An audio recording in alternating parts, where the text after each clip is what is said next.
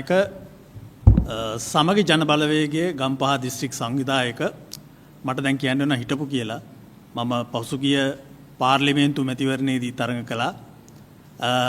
අද මම කියන්න කැමති මට වැදගත් තීරණයක් ගන්න වෙනවා පක්ෂය ගැන.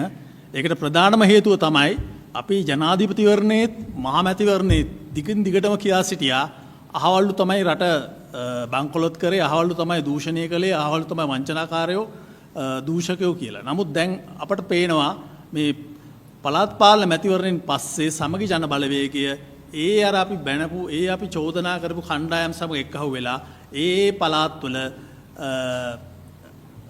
සභාවල බලය ඇල්ලීම සඳහා පොරයක් දැන් කරගෙන යනවා. මම සම්පූර්ණයෙන් මේකට විරුද්ධයි. මොකද අපට බෑ හොරුත් එක්ක හිට ගන්න. ඒ නිසා තමයි මම කිව්වේ හොරුත් එක්ක සිට ගැනීම තහනම් කියලා. ඒ නිසා මම අද තීරණය කළා සමගි ජන බලවේගයේ සංවිධායක ධූරයෙන් ඉවත් වීමටත් සමගි ජන බලවේගයේ සමාජිකත්වයෙන් ඉවත් වීමටත් මම අද තීරණය කළා.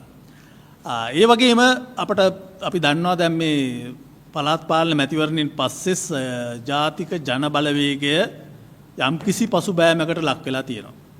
අපි කියන්නේ කොට්ට මාරු කරනවා මේ මොකද්ද ඔළුව කැක්කුමට කොට්ටු මාරු කරනවා වගේ පක්ෂ මාරු කර මේ පාලනයවල් මාරු කරන්න බෑ රටක. එහෙම කරොත් ඒක රටකට වෙන හානියක්. මොකද රටේ තියෙන ස්ථාවරභාවය නැතුව යනවා.